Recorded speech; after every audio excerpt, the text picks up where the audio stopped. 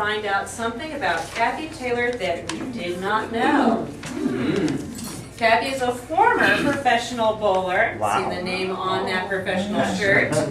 This may be a surprise that she is highly competitive in duckpin and tenpin bowling.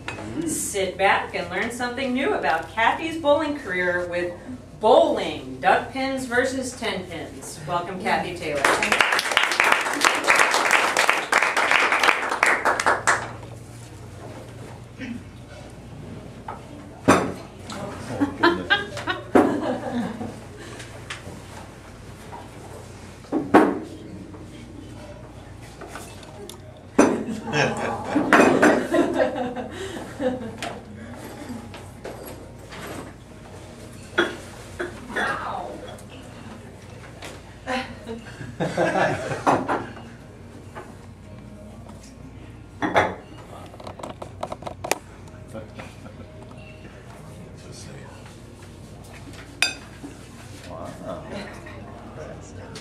Good morning, everyone. Good morning. Bowling, duckpin versus tenpins. I grew up in Baltimore, bowling duckpins. My father started bowling right out of the war. As long as I can remember, my father was always bowling. He bowled 5 nights a week.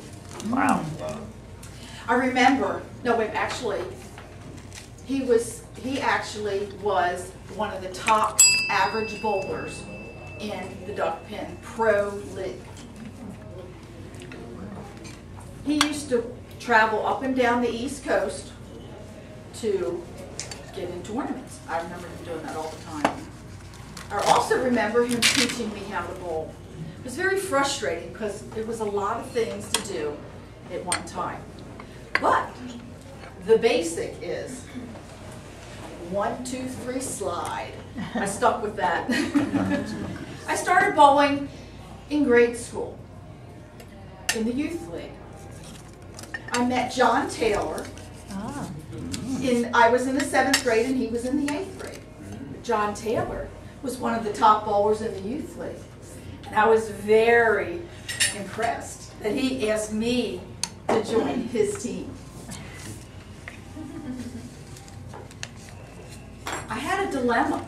John started teaching me how to bowl. I was contemplating, who should I listen to, my father or John? As it turned out, I was with John more often, and I was improving. So, bowling was a very big part of our lives as we grew up. John's mother also worked in the bowling center, so it was in his blood as well. We ended up being top bowlers in the men and women's Duckpin Pro League.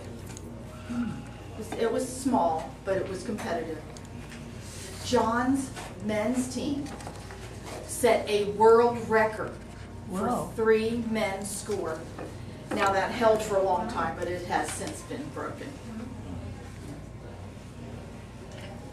Now I would like to pass out some of my awards through the 1970s. This is called the Triple Header Club. Please notice that there are some 4-baggers in there. Thank you. Now, let's talk about duckpins versus tenpins. Obviously, they are smaller. Smaller pin, smaller ball. The pin is plastic through and through. The ball fits in your hand, and actually, you don't hold it, you have to have this grip. You actually got it with your fingertips, so you can control it more. Okay?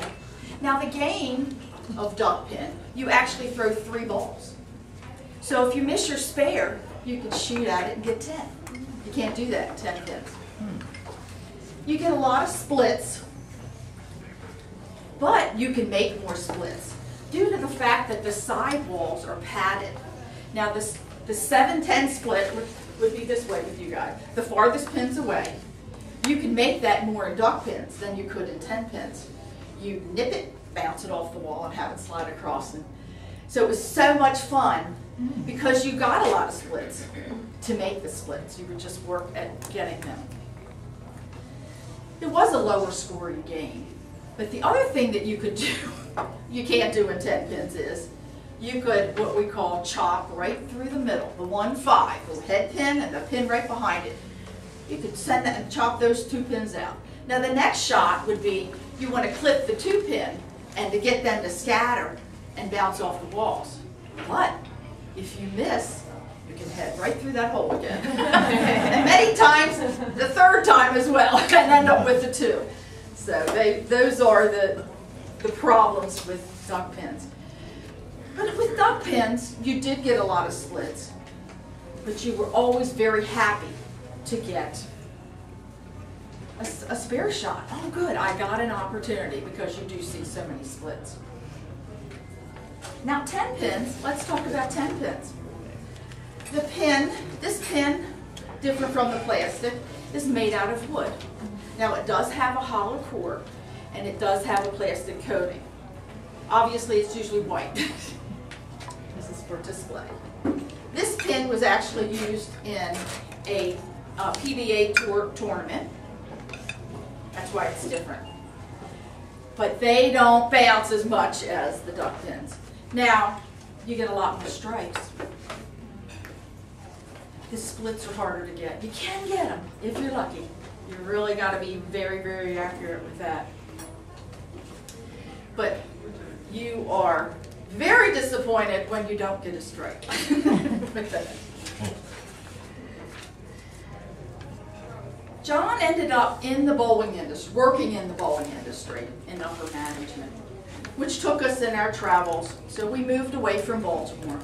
Then we had to convert from duck pins to Tenpins. Now we did get lessons from the pros, so it didn't take us too long. We were up and running, and we could be competitive with everybody else. I believe that our background with duck pins helped us with our spare shots. We were more accurate with our spare shots due to that. It was so much fun because you could get those strikes and you could string them, and I went beyond the 4-bagger. I really got in there. So I never did reach pro status in Tenpins, but I was always one of the top women bowlers in the league. It was very, very, very a lot of fun.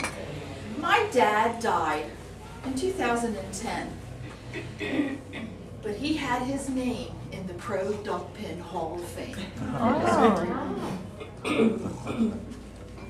John and I have taken a hiatus from our bowling, but we will be bowling again sometime. There's always been this question whether or not bowling is a sport or a recreation. In my family, it's always been a sport.